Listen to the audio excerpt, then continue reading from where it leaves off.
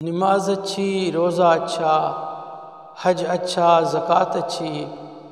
مگر میں باوجود اس کے مسلمان ہو نہیں سکتا، نہ جب تک کٹ مروں میں خواجہ بطحا کی عزت پر، خدا شاہد ہے کامل میرا ایمان ہو نہیں سکتا۔ محترم سامعین و ناظرین کرام، السلام علیکم ورحمۃ اللہ تعالی وبرکاتہ۔ ہمارے استاد گرامی شیخ الحدیث استاذ عبدالرزاق صاحب مدظ اللہ العالی اپنے ایک خطاب میں ایک مخصوص مسلک کے کچھ شاتمان رسول کا تذکرہ کرتے ہوئے فرمانے لگے کہ یہ لوگ پڑھے لکھے لوگ تھے، عالم تھے، دین کے سمجھنے والے تھے، ہم ان کو جاہل نہیں کہہ سکتے، لیکن دین پڑھے ہوئے لوگ، عالم کہلوانے والے لوگوں نے نبی پاک صلی اللہ علیہ وآلہ وسلم کی بے ادبی کا ارتکاب کیا، اور جب انہیں کہا گیا کہ یہ تم سے بے ادبی ہو گئی ہے تو بجائے توبہ و رجوع کے وہ اسی پر ڈٹ گئے۔ اس سوال کا جواب دیتے ہوئے کہ عالم ہو کر انہوں نے بے ادبی کی اور پھر توبہ و رجوع کی بجائے اس پر ڈٹ گئے، اس سوال کا جواب دیتے ہوئے ہمارے استاذ گرامی نے ایک تاریخی فقرہ کہا۔ انہوں نے فرمایا کہ وہ رجوع اس لیے نہ کر سکے کہ جب کوئی آدمی کسی مقبول بارگاہ کی بے ادبی کرتا ہے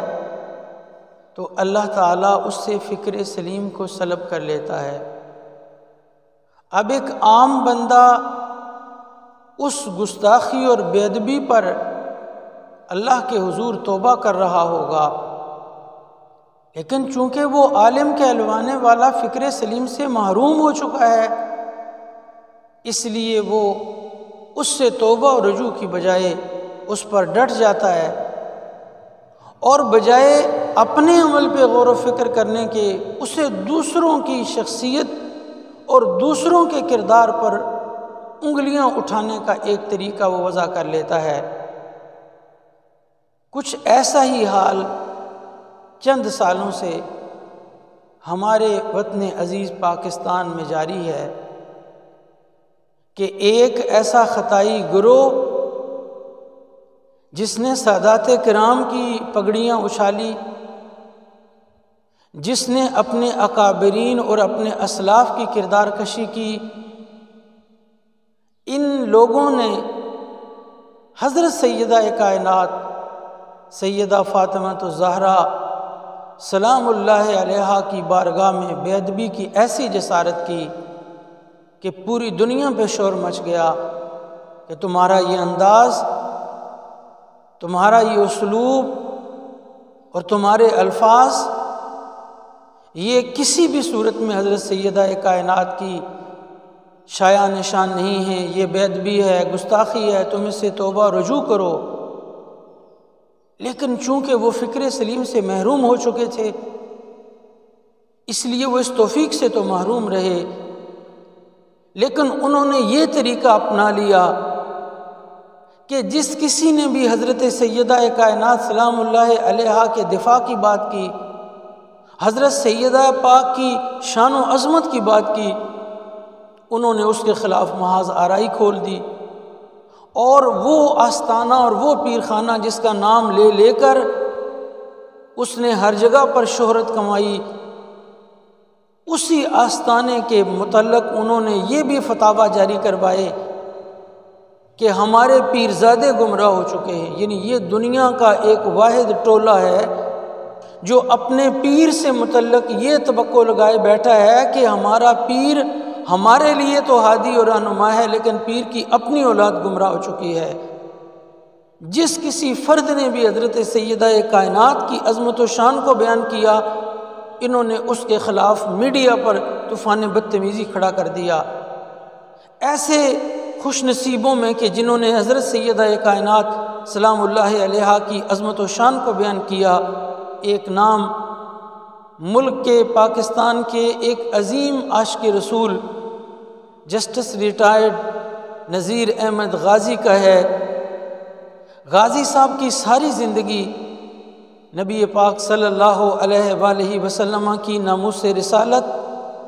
حضور سید عالم صلی اللہ علیہ وآلہ وسلم کی ختم نبوت کے دفاع میں گزری ہے کہ انہوں نے اپنی تحریر کے ذریعے، اپنی تقریر کے ذریعے، اپنے بیانات کے ذریعے ناموس رسالت کے دفاع پہ کھڑے ہو کے ایک بہادر اور نڈر مجاہد و سپاہی کا کردار ادا کیا ہے۔ غازی صاحب میڈیا پر شاید تنہا آدمی ہیں جنہوں نے غازی ممتاز حسین قادری شہید رحمۃ اللہ تعالی علیہ کی وکالت کی، ان کا مقدمہ میڈیا میں پیش کیا اور اپنا بھرپور کردار ادا کیا۔ اب جب ملک میں اتنا بڑا فتنہ اٹھا کہ ایک دریدہ دہن ڈاکٹر کہلوانے والے نے جب سیدہ پاک کی بے ادبی کی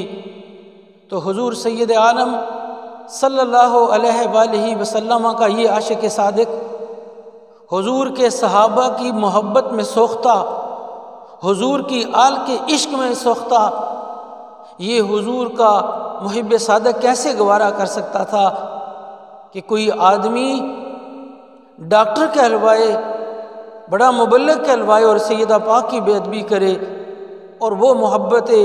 آل رسول کا وہ دائی خاموش رہے۔ چنانچہ ڈاکٹر نذیر احمد غازی نے دیگر عاشقان رسول کی طرح حضرت سیدہ پاک کا دفاع کیا، ان کی محبت،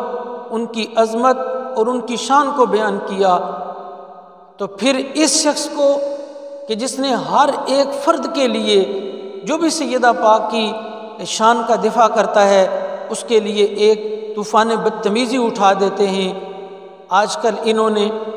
ڈاکٹر جسٹس نذیر احمد غازی مدظ اللہ العالی کے خلاف بھی ایک طوفان بدتمیزی کھڑا کیا ہوا ہے۔ ہم یہ واضح کرنا چاہتے ہیں کہ جسٹس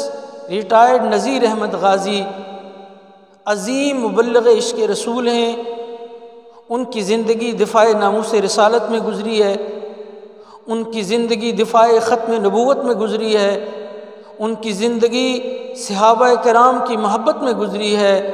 حضور کی آل کی محبت میں گزری ہے۔ انٹرنیٹ کی دنیا پر ان کے کتنے پروگرام موجود ہیں کہ جو صحابہ کرام کی محبت، ان کے عشق کی داستاں بیان کرتے ہوئے جسٹس صاحب آپ دیدہ ہو جاتے ہیں، ان کی ہچکی بن جاتی ہے۔ آج یہ خطائی گروہ محض اس لیے ان کے پیچھے پڑا ہوا ہے، بہانے بنا بنا کر جسٹس صاحب کی کردار کشی محض اس لیے کی جا رہی ہے